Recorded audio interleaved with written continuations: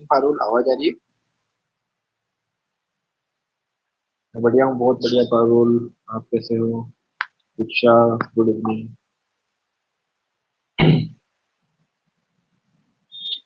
ये शुरू करते हैं ना। कल हमने जो पढ़ा था, भारत के राष्ट्रीय प्रतीक में हमने इंट्रोडक्शन लिया था इसके बारे में।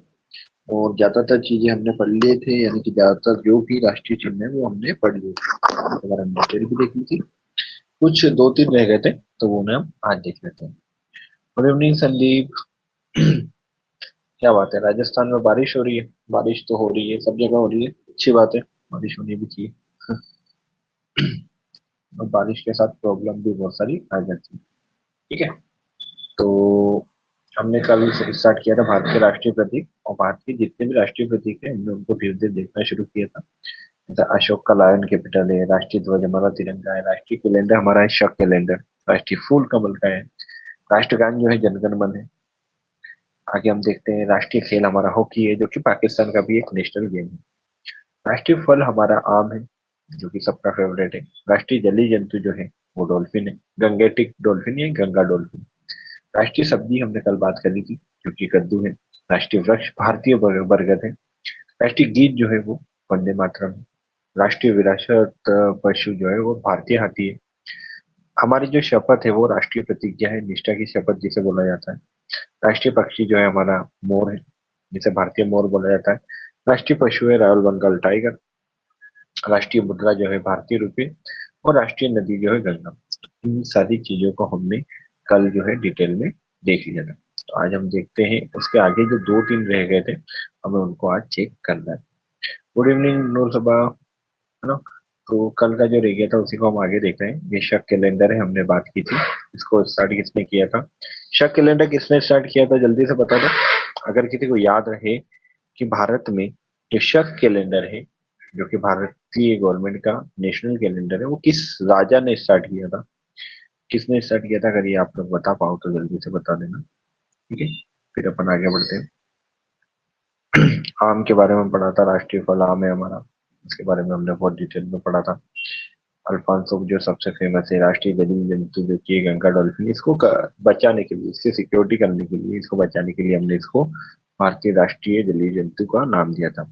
राष्ट्रीय सब्जी जो है वो कद्दू है, जो कि सब सभी खाते हैं। ठीक है। आगे राष्ट्रीय वृक्ष जो है वो बरगद का है, जो कि भारतीय बरगद जिसे बोला जाता है, फिकस बेंगालिसिस, जिसके बारे में हमने बात की थी। उसके बाद हमने देखा था कि राष्ट्रीय गीत जो है वो वंदे मातरम है। और जो वंदे मातरम है, ये लिखा था बंकिम चंद्र चटर्जी ने, और इनकी बुक का नाम है आनंद मठ। उसमें इन्होंने लिखा था 1876 में। राष्ट्रीय विरासत पशु जो है हमारा हाथी है, जो कि इंडिया को रिप्रेजेंट करता है वर्ल्ड लेवल पे। शपथ जो है हमारी निष्ठा की शपथ है, जो कि हम स्कूल कॉलेजेस में लेते आए हैं। राष्ट्रीय पक्षी मोर है, जो कि हमारे देवी देवताओं का भी एक वाहन है। Good evening Ankita. राष्ट्रीय पशु, इसके बारे में हमने बात किया था, क्योंकि रॉयल बंगाल टाइगर भारत का राष्ट्रीय पशु है। और ये जो है भारत में ही सबसे ज्यादा पाया जाता है, आपको पता होगा। टाइगर जो है वर्ल्ड में सबसे ज्यादा इंडिया में पाए जाते हैं। अच्छा, कोई एक बताएगा इंडिया का टाइगर स्टेट किस स्टेट को बोला जाता है? कौन सा स्टेट इंडिया का टाइगर स्टेट है, कोई अगर बता सके तो जल्दी बता दो, है ना? टाइगर के बारे में हमने नहीं पढ़ा था शायद, तो हम टाइगर देख लेते हैं, है ना? मोर के बारे में हम पढ़ चुके थे, टाइगर यहाँ से स्टार्ट करना था हमें। ठीक है। Hmm, tiger state, Sandeep tiger state पूछा है मैंने। टाइगर स्टेट पूछा है कि इंडिया का टाइगर स्टेट क्या है। गुजरात नहीं है। राजस्थान में काफी देखने को मिले हैं, हाँ पारुल, बट राजस्थान भी इंडिया का टाइगर स्टेट नहीं है। कौन सा स्टेट है जिसमें सबसे ज्यादा टाइगर मिलते हैं, जल्दी बताओ आप लोग। कोई भी, संदीप ने गुजरात बोला, पारुल ने राजस्थान बोला। और आप लोगों को लगता है जो इंडिया का टाइगर स्टेट है जहाँ पे सबसे ज्यादा। वेरी गुड नूर सभा, नूर सभा को पता है कि एमपी में इंडिया के सबसे ज्यादा जो टाइगर आपको देखने को मिलते हैं। इसीलिए एमपी को क्या बोला जाता है, टाइगर स्टेट ऑफ इंडिया बोला जाता है। चलो अब मैं क्वेश्चन पूछ रहा हूँ, तो एक दो क्वेश्चन और जीके के पूछ लेता हूँ आपसे। बताओ इंडिया में कौन सा स्टेट है जहाँ पे आपको लोयन देखने को मिलते हैं? लोयन यानी कि शेर। इंडिया में सिर्फ एक ही स्टेट है जहाँ पे आपको लोयन यानी कि शेर देखने को मिल सकते हैं। तो बताओ कि वो कौन सा स्टेट है जहाँ पे आपको शेर या लोयन देखने को मिलते हैं, जल्दी से बताओ, है ना। शेर कहाँ पे देखने को मिलेंगे एमपी में, इंडिया में, सॉरी, जल्दी से। क्योंकि टाइगर स्टेट तो हमारा एमपी हो गया, लेकिन लोयन स्टेट कौन सा है, जल्दी बताओ, फिर अपन स्टार्ट करते हैं एक दो क्वेश्चन करके।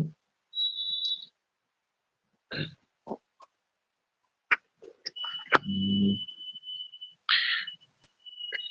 केरल, अंकिता बोल रही केरल नहीं है, अंकिता केरल नहीं।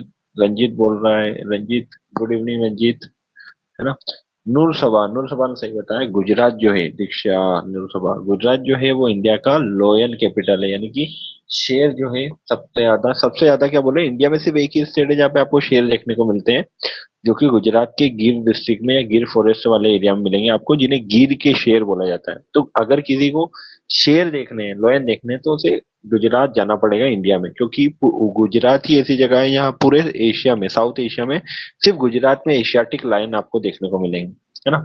ना इंडिया इंडिया में गुजरात के अलावा और किसी स्टेट में शेर नहीं देखने को मिलेंगे आपको, है ना। बाघ जो टाइगर है, जो हमने अभी बात की, वो आपको देखने को मिल जाएंगे, लेकिन लोयन आपको देखने को नहीं मिलेंगे। इवन इंडिया के, आप पाकिस्तान आप चले जाइए, या बांग्लादेश, नेपाल, भूटान, श्रीलंका चले जाइए, आपको कहीं भी शेर देखने को नहीं मिलेगा। शेर सिर्फ इंडिया में है, और इंडिया में भी गुजरात में। इसके अलावा आपको फिर अफ्रीका जाना पड़ेगा, अफ्रीका में बहुत सी कंट्रीज में आपको शेर या लायन देखने को मिल जाएंगे। चलो एक और क्वेश्चन है कि चीता स्टेट, चीता इंडिया में कहाँ पे आपको देखने को मिलेंगे, लास्ट एक और क्वेश्चन बता दो जल्दी से। चीता इंडिया में कौन से स्टेट में देखने को मिलेंगे, चीता जो कि वर्ल्ड का फास्टेस्ट एनिमल होता है ना। तो चीता कहाँ देखने को मिलेगा आपको, जल्दी बता दो, जल्दी बताओ आप लोग, है ना, थोड़ा कमेंट करने में ध्यान दो, जल्दी जल्दी बताओ कि चीता इंडिया में कहाँ देखने को मिलेगा। फिर उसके बाद आगे पढ़ते हैं अपन। दीक्षा बोल रही है आंध्र प्रदेश, नहीं दीक्षा, आंध्र प्रदेश में नहीं है। तेलंगाना, संदीप तेलंगाना नहीं। चीता, चीता देखो, चीता के बारे में याद रखना, चीता जो है वो मैदानों में रहता है, यानी कि उसे प्लेन जैसी जगह चाहिए, जंगलों में नहीं रहता वो। तो वो ऐसे एरिया में रहता है जहाँ पे सूखी घास वगैरह होती है, जहाँ पे वो दौड़ के अपने शिकार को पकड़ सके। तो दीक्षा और संदीप दोनों का आंसर जो है गलत है। और कोई आंसर दे रहा है क्या, जल्दी आंसर करो कि भारत में चीता स्टेट कौन सा है, कौन से स्टेट में चीता। कूनो नेशनल पार्क में। ये कुनो नेशनल पार्क में है रंजीत, बट कहाँ है कुनो नेशनल पार्क, कहाँ पे है, जल्दी बताओ। पालपुर कुनो नेशनल पार्क में आपको जो है चीता देखने को मिलेगा, लेकिन कुनो नेशनल पार्क जो है वो है कहाँ पे, सिचुएटेड कहाँ पे है, ये आप लोग कोई गेस करना चाहेंगे, जल्दी से बताओ। एमपी। तीनों क्वेश्चन के जवाब इन द एंड नूर सभा ने दिए, वेरी गुड नूर सभा, बहुत अच्छा आप पढ़ रहे हो। एमपी जो है वहां पे आपको पालपुर कुनो देखने को मिलेगा। तो एमपी के बारे में मैं आपको बता दूं, एमपी में इंडिया के सबसे ज्यादा टाइगर है, यानी कि चीज टाइगर यानी कि बाघ है। एमपी ही है जहाँ पे सबसे ज्यादा आपको चीता, क्योंकि इंडिया में सिर्फ एक ही स्टेट है जहाँ पे चीता मिलेगा, क्योंकि हम अफ्रीका से लेके आए थे चीता को, है ना, अभी 2023 में लेके आए थे सितंबर में। तो चीता भी सिर्फ एमपी में मिलेगा। और इसके अलावा एमपी लेपर्ड स्टेट भी है, और एमपी जो है वो लेपर्ड यानी कि तेंदुए भी सबसे ज्यादा यहाँ पे, फोक्स जो भी है सबसे ज्यादा यहाँ पे है। इवन एक और जानवर है जो सबसे ज्यादा एमपी में है, तो एमपी में बहुत सारे एनिमल देखने को मिलेंगे। इंडिया के सबसे ज्यादा जो आपको नेशनल पार्क देखने को मिलेंगे वो भी एमपी में ही देखने को मिलेंगे, ठीक है। तो ये आपको चीज याद रखनी है।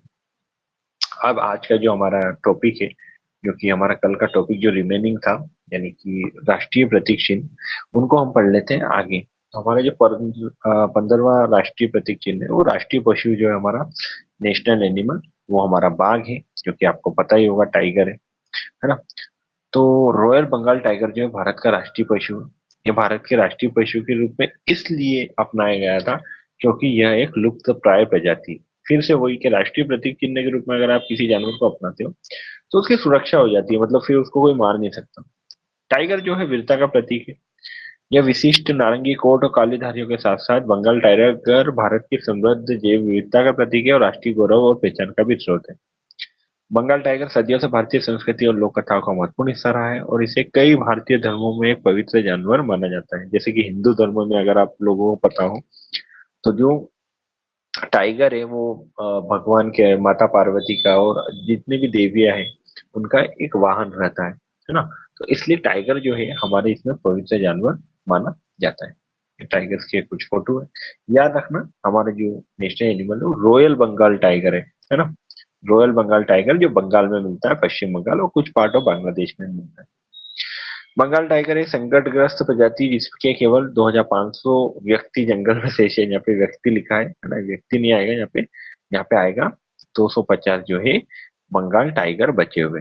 ठीक है, आगे इसमें है, बंगाल टाइगर भारत में महत्वपूर्ण सांस्कृतिक और धार्मिक प्रतीक है जो हिंदू देवी दुर्गा और भगवान शिव से जुड़ा हुआ है। इसका जो साइंटिफिक नेम है वो आपके लिए इंपॉर्टेंट हो सकता है, जिसका नाम है, बंगाल टाइगर का जो साइंटिफिक नाम है वो है पैंथेरा टिग्रिस या टाइग्रिस, जो दुनिया में सबसे बड़ी जंगली बिल्लियों में से एक है।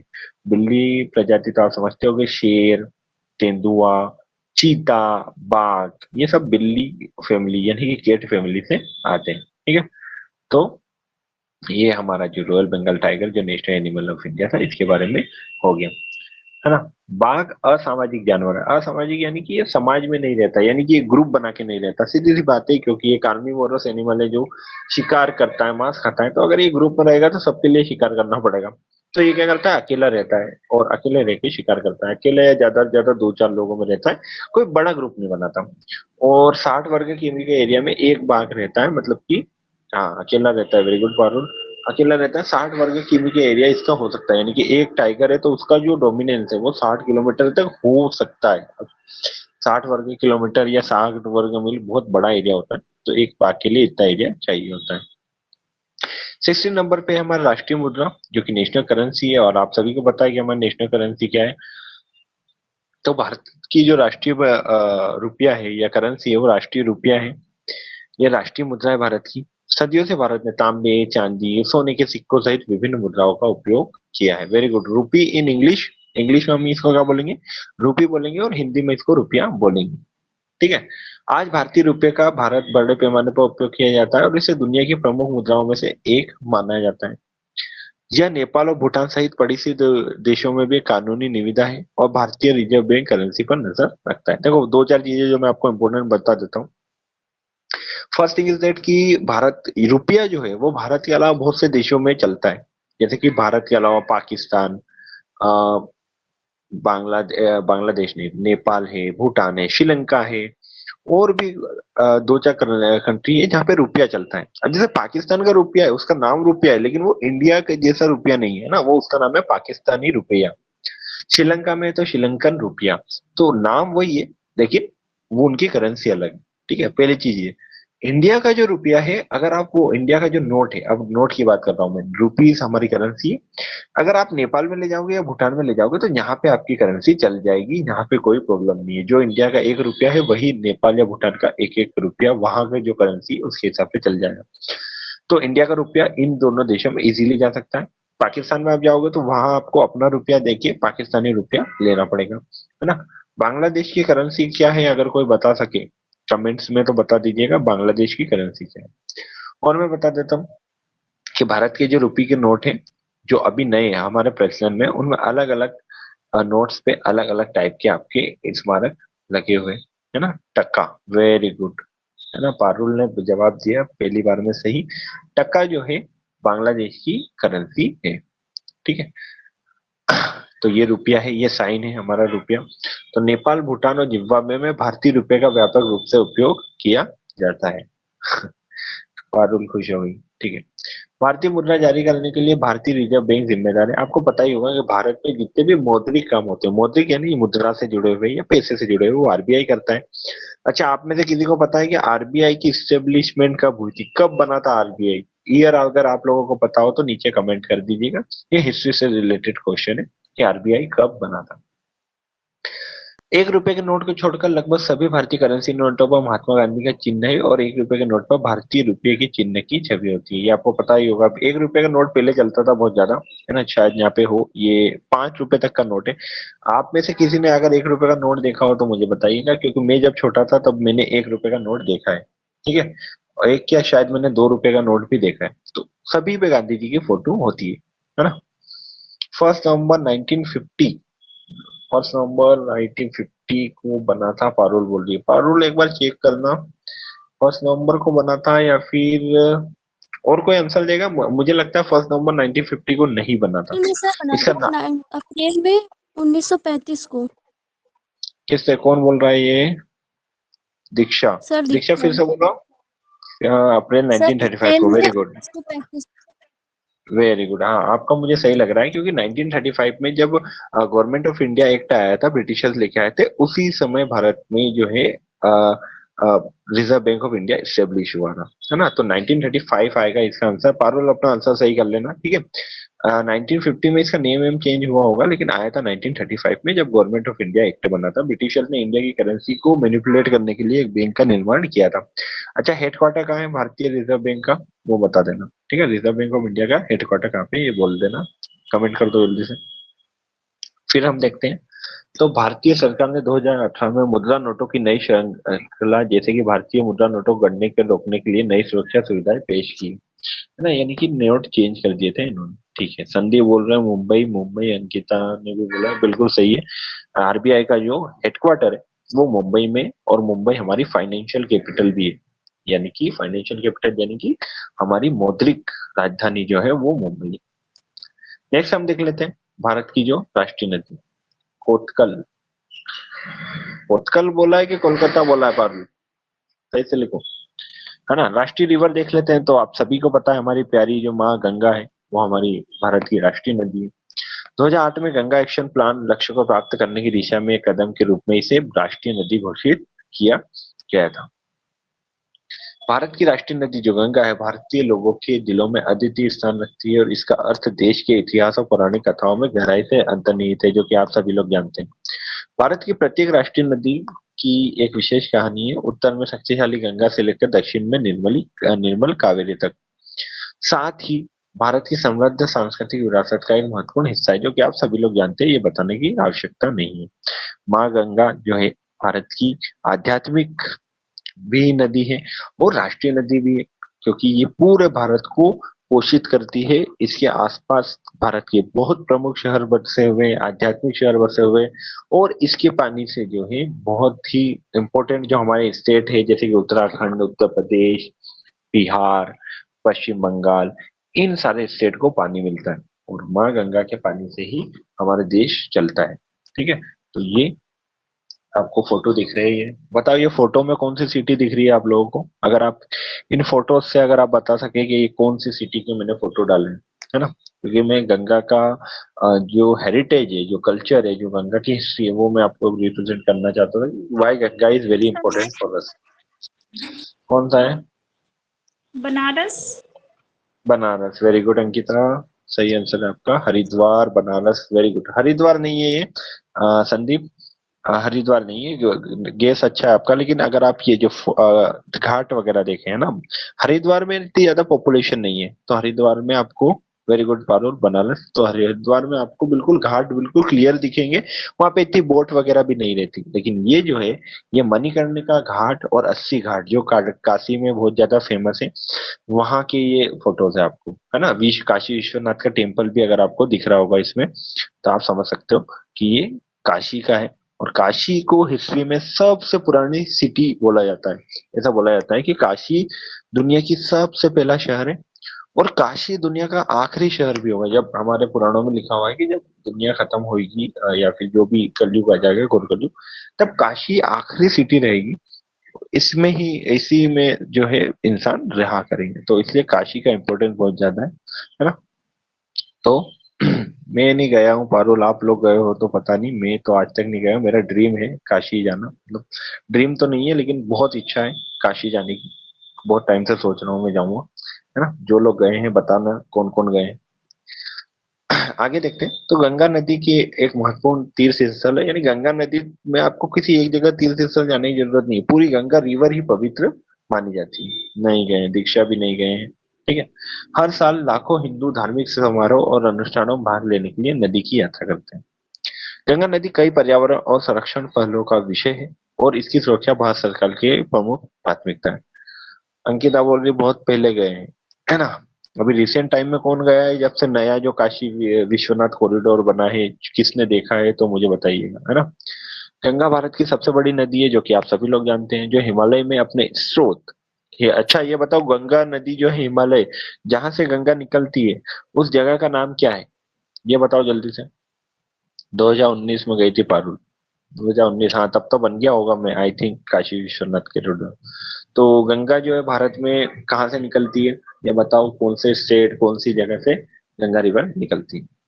इसकी जो लेंथ है वो इम्पोर्टेंट है, 25-25 यानी कि 2525 किलोमीटर ये फैली हुई, ठीक है। Gangotri, very good, Gangotri glacier से निकलती है, कौन से स्टेट में, कौन से स्टेट में से ओरिजिनेट होती है दीक्षा, गंगा रिवर जो है वो बताओ। सर उत्तरकाशी जिले में गोमुख के निकट गंगोत्री हिमानी से निकलती है। वेरी गुड, उत्तरकाशी डिस्ट्रिक्ट भी बता दिया आपने, गोमुख में गंगोत्री ग्लेशियर भी बता दिया, लेकिन आपने स्टेट नहीं बताया। स्टेट बताओ मुझे, जिला बता दिया आपने, बहुत स्पेसिफिक बताया आपने, स्टेट बताओ। स्टेट कौन बताएगा, जल्दी से बताओ। दीक्षा ने बिल्कुल सही बता दिया, बस स्टेट नहीं बताया, ठीक है। तो यहाँ पे हम इस चैप्टर को, ये जो हमारी पीडीएफ है, इसको कंक्लूड करते हैं, है ना। नो सर, सर हरिद्वार में मेरा दोस्त बह गया था, मैंने बचा लिया, संदीप।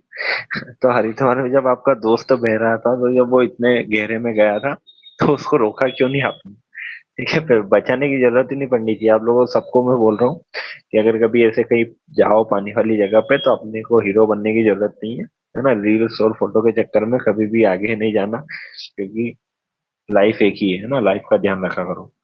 और संदीप आपका आंसर सही है, यूके यानी कि उत्तराखंड, जो कि उत्तर प्रदेश के नॉर्थ में सिचुएटेड है, वहां से आपकी गंगा रिवर जो है निकलती है। तो कंक्लूड करते हैं इस पूरी पीडीएफ को, इस पूरे लेक्चर को, जो कि कल से आज तक कंटिन्यू है। नहा रहे थे, नहा रहे थे तो वहां पे रेलिंग लगी रही होती है, उसके आगे जाना नहीं होता आप लोगों को, ठीक है, रेलिंग तक ही जाएगा। मैं भी नहीं जाता हूँ, इवन तो मेरे को तैरना आता है, लेकिन मैं भी आगे नहीं जाता हूँ, ठीक है।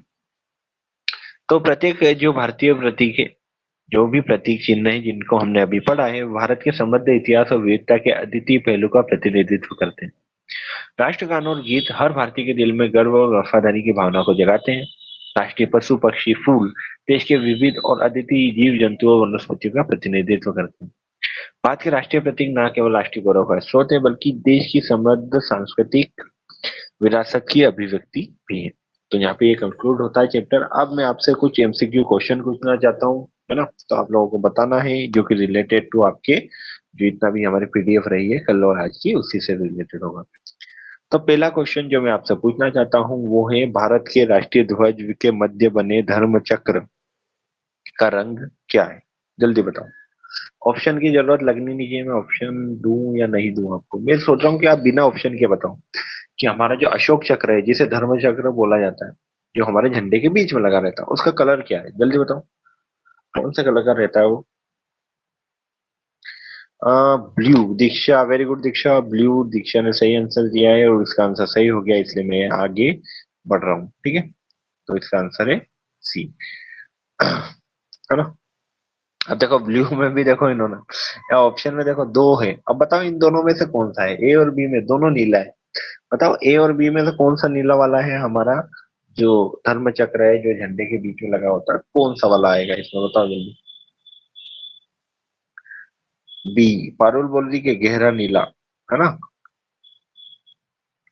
गहरा, वेरी गुड। जो डार्क ब्लू जो होता है वही हमारे झंडे का कलर होता है, ठीक है, गहरा नीला। हल्का नीला नहीं रहता, समुद्री नीला जो नहीं रहता, गहरा नीला, ठीक है। अब ये बताओ, भारत के राष्ट्रीय ध्वज चक्र में कितनी तिलियां होती है, कितनी तिलियां होती है, जो बीच में अशोक चक्र लगा होता है उसमें कितनी तिलियां रहती है। दीक्षा, वेरी गुड, अगेन दीक्षा ने फर्स्ट जवाब दिया है, 24 24 24। दीक्षा, संदीप एंड फारूक। अंकिता क्या बोल रहे हो आप। 24 सर बताया। अच्छा 24 बताया, 1 मिनट।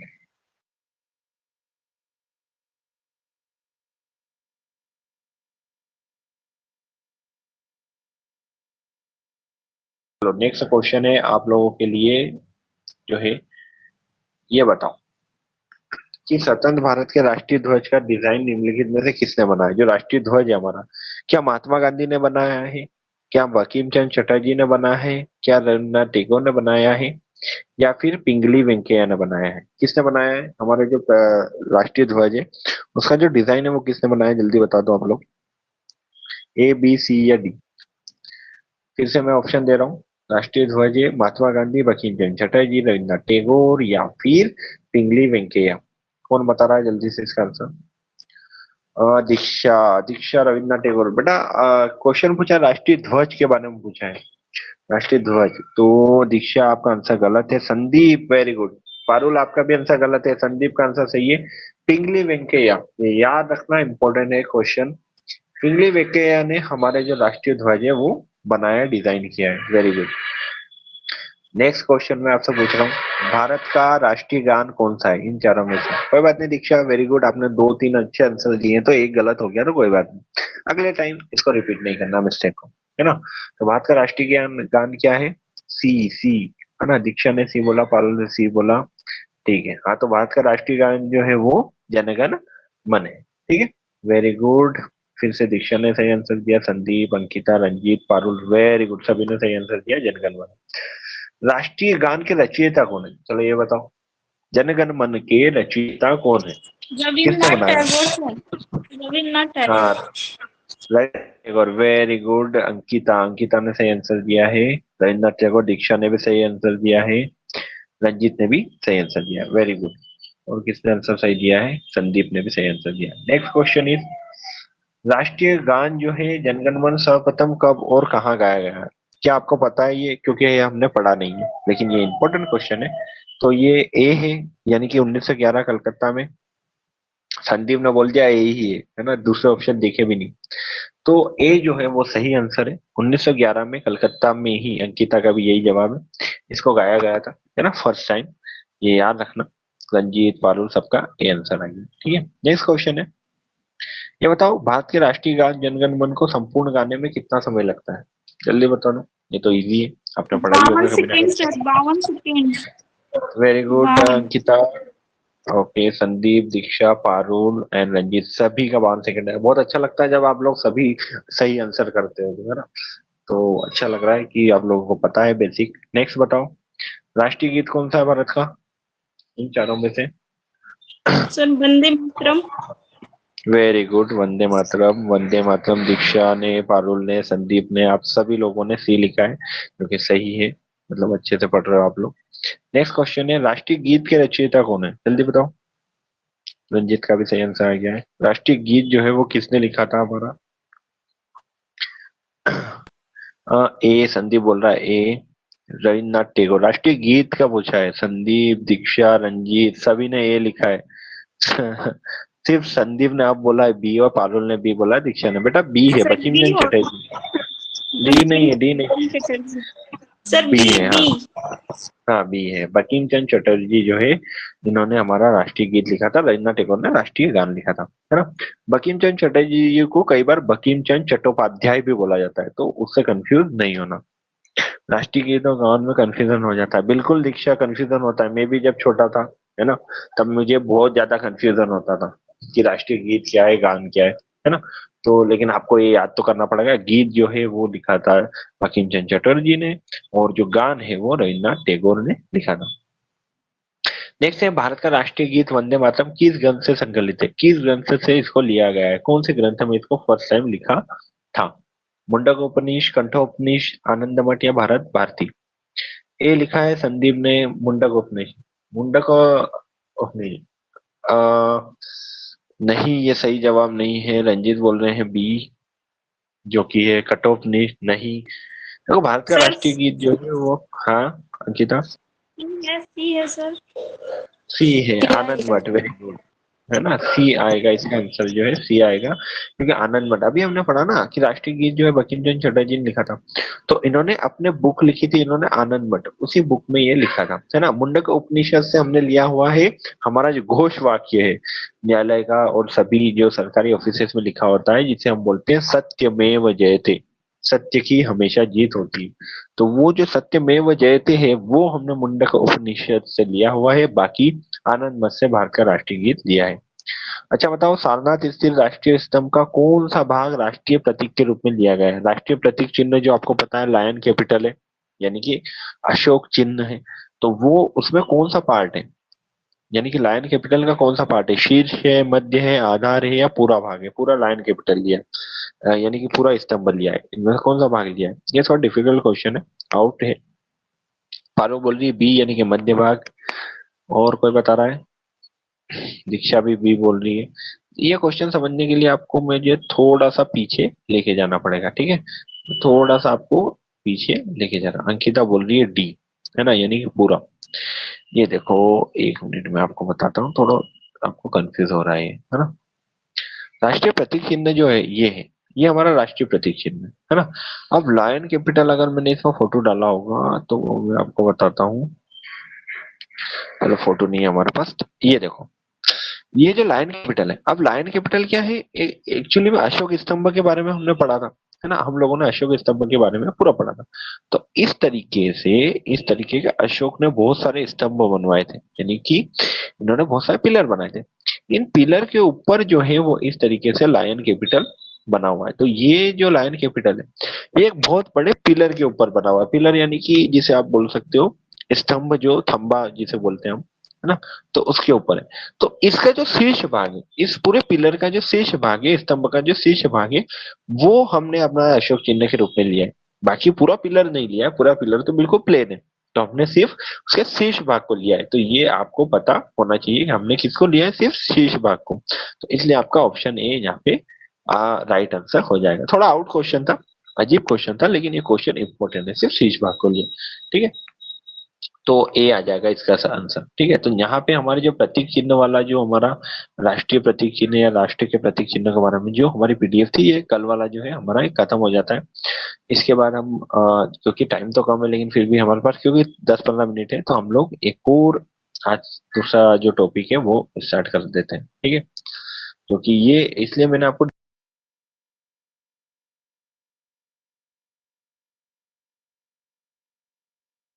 पढ़ा है। अब मैं आपको जो नेक्स्ट टॉपिक है वो आपको बता देता हूँ, ताकि हम जब अगली बार पढ़े तो उसको बहुत अच्छे से पढ़े। तो अगला जो हमारा टॉपिक है वो है भारत की शास्त्रीय भाषाएं, है ना। आज इंट्रोडक्शन देके इसको यहाँ पे ही रोक देंगे, हम तो इंट्रोडक्शन ले लेते हैं। तो क्लासिकल लैंग्वेज ऑफ इंडिया, आपको पता है क्लासिकल लैंग्वेज कितनी कितनी होती है भारत की? ये क्लासिकल लैंग्वेज का मतलब क्या होता है वो देख लेते हैं, ठीक है। अभी एक बात बताओ, चलो हाँ, मैंने एक क्वेश्चन पूछना तो रह गया। आप लोगों को जो मैंने नेशनल सिंबल्स बताए, राष्ट्रीय चिन्ह बताए, वेरी गुड नूरसभा 22, है ना।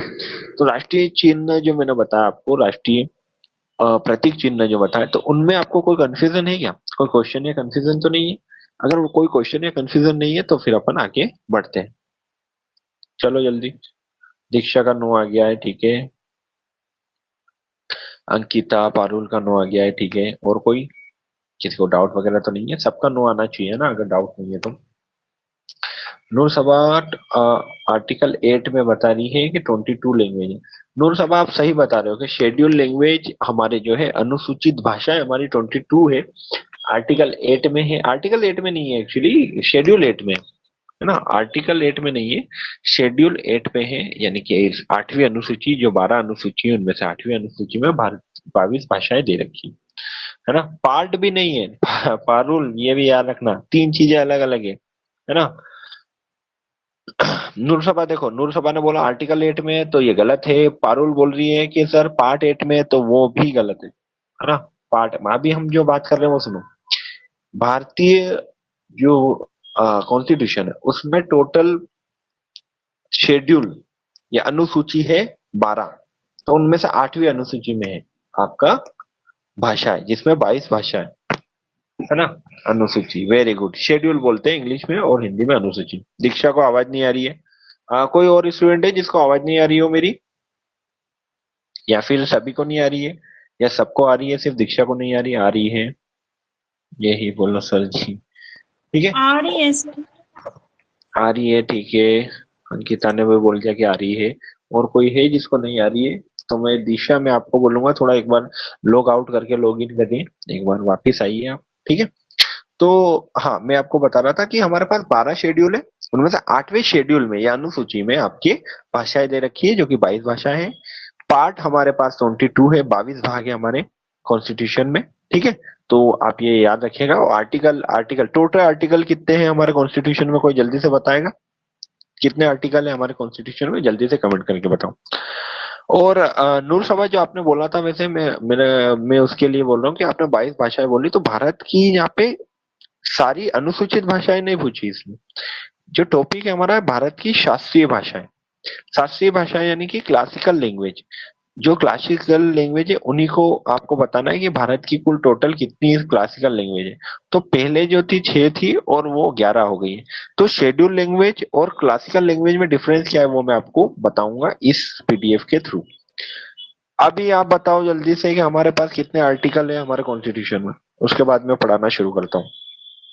जितने भी लोग देख रहे हैं सभी जल्दी से बताओ कि in Indian constitution how many articles are there, कितने आर्टिकल्स आपको देखने को मिलते हैं, टोटल आर्टिकल की संख्या कितनी है भारतीय कॉन्स्टिट्यूशन में? कोई बता पाएगा? 10 है, 50 है, 100 है, 150, 200, 300, 250, 350, कितने हैं? सर अरे बाप रे, पारुल 460 या फिर 470। कौन बोल रहे हैं? ये अंकिता बोल रही है 460 या नहीं, दीक्षा बोल रही है। दीक्षा आपने बोला है चार ना? जी सर। बेटा 460 आर्टिकल। पारुल बोल रही है कि 1026 है। दोनों गलत हो, दीक्षा आपका भी गलत है और पारुल का भी गलत है। नूर सभा जो है सही बोल रही है कि हमारे पास मूल रूपी से, है ना, मूल रूप से नूर सभा सही बोल रही है कि 395 है ना, जो हमारे कॉन्स्टिट्यूशन बना था उसमें 395 थे। अब उसमें अमेंडमेंट होके, तो दीक्षा हो सकता है आपका जवाब भी सही हो कि सर 450-60 हो गए। पारुल आप तो बहुत ही ज्यादा आगे जा रही हो, 1026 कहाँ से लाए हो आप, मुझे नहीं पता, है ना। कोई बात नहीं पारुल, सॉरी बोलने की कोई जरूरत नहीं है, एटलीस्ट आपने आंसर तो किया। तो मूल रूप से 395 है। और दीक्षा जो बोल रही है कि सर 400 समथिंग भी हो सकते हैं, तो क्योंकि उसके बाद क्या हुआ। हाँ दीक्षा, मैं आपके क्वेश्चन का आंसर कर रहा हूँ कि 470 आप बोल रहे हो, तो कहाँ पढ़ा होगा आपने? ऐसा होता है कि कोई आर्टिकल मान लो 395 है, तो उसको बाद में क्या हुआ कि उसमें कुछ सुधार किया हुआ, तो 395 उसको ए कर दिया, फिर 395 बी कर दिया, फिर सी कर दिया। तो ऐसे आर्टिकल की हमारी संख्या, है ना, बढ़ सकती है। कोई बात नहीं उसमें, लेकिन मूल रूप से 395 है। ये देखो नूर सभा ने बता दिया कि अमेंडमेंट एक्ट के बाद सर टोटल 470 हो गए। लेकिन अभी जब तक हमें अगर कोई डायरेक्ट पूछे कि कितने आर्टिकल है इंडियन कॉन्स्टिट्यूशन में, तो 395। अगर क्वेश्चन में स्पेशली पूछे कि अमेंडमेंट के बाद कितने हो गए, तो 470। इस सही से आपको आंसर करना है, तो क्वेश्चन आपको पता होना चाहिए। ठीक है, तो आज मैं आपको डेफिनेशन दे रहा हूँ भारत की शास्त्रीय भाषाओं की, उसके बाद अपन खत्म कर देंगे। शास्त्रीय भाषा होती क्या है? हम उन 22 भाषाओं की बात नहीं कर रहे हैं जो हमारे शेड्यूल में है, हम सिर्फ शास्त्रीय भाषाओं की बात करेंगे, उनके डेफिनेशन की बात करेंगे। तो भारत अपने समृद्ध सांस्कृतिक विरासत और विविध भाषाई परिदृश्य के साथ कई तरह की भाषाओं का घर है। इनमें से कुछ ही भाषाओं को शास्त्रीय भाषा बोला जाता है। एक महत्वपूर्ण और दिलचस्प सवाल यह है कि भारत में शास्त्रीय भाषा कितनी है? पहले भारत की 6 शास्त्रीय भाषाएं थी, है ना। और कौन कौन सी है? लैंग्वेज कितनी होती है? सेट लैंग्वेज का मतलब मैं क्वेश्चन नहीं समझा पा रहा हूँ, है ना। क्वेश्चन में आप क्या बोल रहे हो मुझे समझ नहीं आया, एक बार अच्छे से क्वेश्चन लिखो। अ, आप ये पूछ रहे हो सर लैंग्वेज कितनी होती है? लैंग्वेज तो बहुत सारी है, लेकिन आप उनको देखना कैसे चाहते हो वो उसके ऊपर डिपेंड करता है। लैंग्वेज तो बहुत सारी है, लेकिन हमारी इंडियन गवर्नमेंट ने कॉन्स्टिट्यूशन में 22 शेड्यूल लैंग्वेज रखी है ना। और हमारी जो क्लासिकल लैंग्वेज है जो कि पुराने समय से अभी तक चलती हुई आ रही है, वो कितनी है? पहले 6 और अब कितनी हो गई है? 11 हो गई है। तो जो मूल रूप से 6 क्लासिकल लैंग्वेज थी वो है तमिल, संस्कृत, ओडिया, तेलुगु, कन्नड़ और मलयालम। ठीक है, अभी कैबिनेट ने 5 और भारतीय भाषाओं को प्राकृतिक सांस्कृतिक या फिर शास्त्रीय भाषा में ऐड किया है, जिनमें मराठी, प्राकृत, पाली, बंगाली और असमिया। ठीक है, इस तरह शास्त्रीय भाषाओं की संख्या 6 से बढ़ के 11 हो गई है। आप लोगों ने एक चीज देखी होगी कि इसमें कौन सी ऐसी लैंग्वेज है जो बहुत ज्यादा चलती है इंडिया में फिर भी इसमें नहीं है? जल्दी बताओ कौन सी लैंग्वेज है बहुत ज्यादा चलती है लेकिन फिर भी इसमें शामिल नहीं है? तमिल, संस्कृत, ओडिया, तेलुगु, कन्नड़ और मलयालम है। फिर 5 और भाषाएं ऐड हो गई, यानी कि मराठा, प्राकृत, पाली, बंगाली और असमिया। ये सारी भाषाएं, लेकिन एक भाषा नहीं है, Hindi. Very good, Hindi. Noor Saba and Diksha, very good, है ना। कि हिंदी लैंग्वेज को इसमें शामिल ही नहीं किया गया। आप सोचो, इंडिया की 50% population, Ranjit Sandeep, very good, है ना, 50% पॉपुलेशन हिंदी बोलती है, फिर भी हिंदी को इसमें शामिल नहीं किया गया। तो आप लोगों के दिमाग में सवाल आना चाहिए, सर क्यों शामिल नहीं किया गया, हिंदी लैंग्वेज की क्या गलती थी। तो हिंदी लैंग्वेज को इसलिए शामिल नहीं किया गया क्योंकि हिंदी लैंग्वेज जो है शास्त्रीय भाषा नहीं है। इसको डेवलप हुए अभी 300 400 500 साल ही हुए। शास्त्रीय लैंग्वेज भाषा जो है उसकी डेफिनेशन होती है, वो डेफिनेशन हम यहाँ पे देखते हैं कि भारत में कई भाषाएं बोली जाती है, लेकिन उनमें से कुछ कोई शास्त्रीय भाषाओं के रूप में माना जाता है। कौन सी लैंग्वेज शास्त्रीय भाषा होती है? तो ऐसी भाषा जिनका सांस्कृतिक महत्व और ऐतिहासिक मूल्य हो, यानी कि वो बहुत लंबे टाइम से भारत में चलनी चाहिए, है ना। कम कहा जाते हैं, हाँ, हिंदी और इंग्लिश दोनों काम की लैंग्वेज है, लेकिन इंग्लिश तो भारत की लैंग्वेज है ही नहीं, तो ये तो विदेशी भाषा है। और हिंदी जो है वो अभी नई नहीं है, मतलब हमारे लिए नई नहीं है, हाँ, लेकिन अगर लैंग्वेजेस में देखा जाए तो हिंदी 400 500 साल पहले ही आई है, और शास्त्रीय भाषा उसको बोलते हैं जो 1000 साल से ज्यादा पुरानी है। तो इनको हम डिटेल में फिर अगले जब लेक्चर होगा हमारा उसके लिए पढ़ेंगे। आज का जो लेक्चर है मैं यहीं पे एंड करता हूँ। अगर आप लोगों को कोई डाउट है तो मुझे पूछ लो, ये जो पीडीएफ है आपको टेक पीडीएफ पे मिल जाएगी, और साथ में आपको टेस्ट सीरीज भी आपको वहाँ पे मिल जाएगी। यस, कोई क्वेश्चन वगैरह तो नहीं है आप लोगों का, है ना, क्योंकि इसको बहुत डिटेल में हम लोग पढ़ने वाले हैं, भारत की जो शास्त्रीय भाषा है उनको डिटेल में पढ़ेंगे, ठीक है। दीक्षा, नो डाउट, ओके दीक्षा। पारुल को भी कोई डाउट नहीं है। पारुल सॉरी क्यों बोल रहे हो, कोई बात नहीं, है ना, इतने होती रहती है। और ठीक है, तो आई थिंक ये क्लास एंड करने का टाइम है, आप लोगों को सब समझ में आ गया है। ओके अंकिता, कोई डाउट नहीं है, ठीक है। Diksha, thank you Diksha, thank you for compliment, thank you Parul. Bye, good bye, enjoy your Sunday. कल आपका संडे है तो आप लोग हेलो थोड़ा सा सर। एंजॉय। यस, कौन बोल रहा है? सर जो आप एमसीक्यू कराते हैं ना, उसका आप ऐसा करिए कि इस अकॉर्डिंग आप करिए कि जो होता है ना कि आप पूछते हैं और हम लोग मतलब 95% ऐसा है कि आप जो क्वेश्चन करते हैं एमसीक्यू वाला वो हम लोग देख के ही बताते हैं। एक हम नहीं है सर, सारे ऐसे हो सकते हैं। तो आप इस अकॉर्डिंग कराइए कि हम लोग देख ना पाए और आप भी पढ़ पाओ और हम लोग अपना अंडरस्टैंडिंग के अकॉर्डिंग अपना बता पाए। तो आप लोग बोल रहे हैं कि आप बोल रहे हैं नूरसबा कि सर आप ऑप्शन मत दीजिए, ऐसा?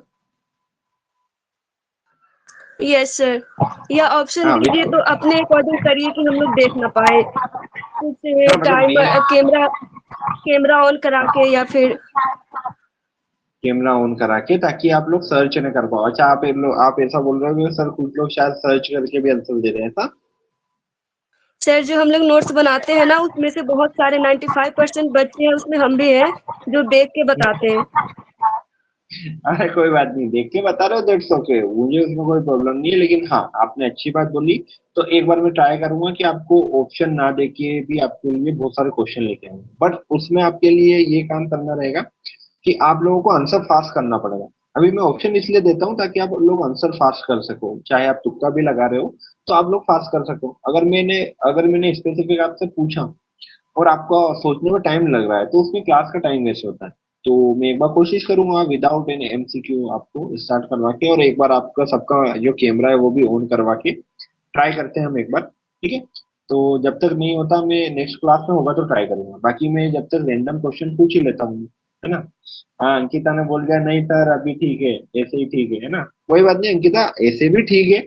मैं चाहता हूँ एक बार वैसे भी हो कि बिना ऑप्शन के भी आप लोग ट्राई करो, है ना। चलो कैमरा ऑन मत करना, या करो तो जब आप लोग बोलोगे तब ऑन करवा देंगे, लेकिन बिना ऑप्शन के भी आप लोग ट्राई करो कि आंसर कैसे किया जाता है, क्योंकि जिसने बिना ऑप्शन के ट्राई कर लिया तो वो लोग ऑप्शन के साथ तो बहुत अच्छे से हुआ करेंगे। हाँ अंकिता, समय कम रहता है इसलिए मैं ऑप्शन दे देता हूँ, लेकिन एक दिन अपन सिर्फ टेस्ट ही करेंगे, सिर्फ टेस्ट टेस्ट यानी कि सिर्फ एमसीक्यू क्वेश्चन करेंगे।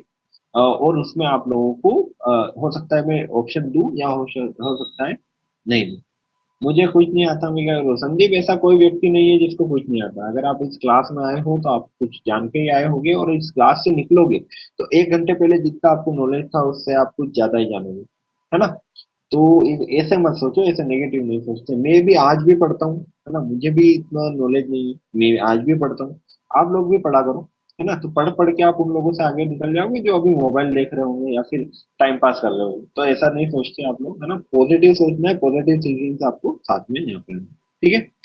हाँ ठीक है।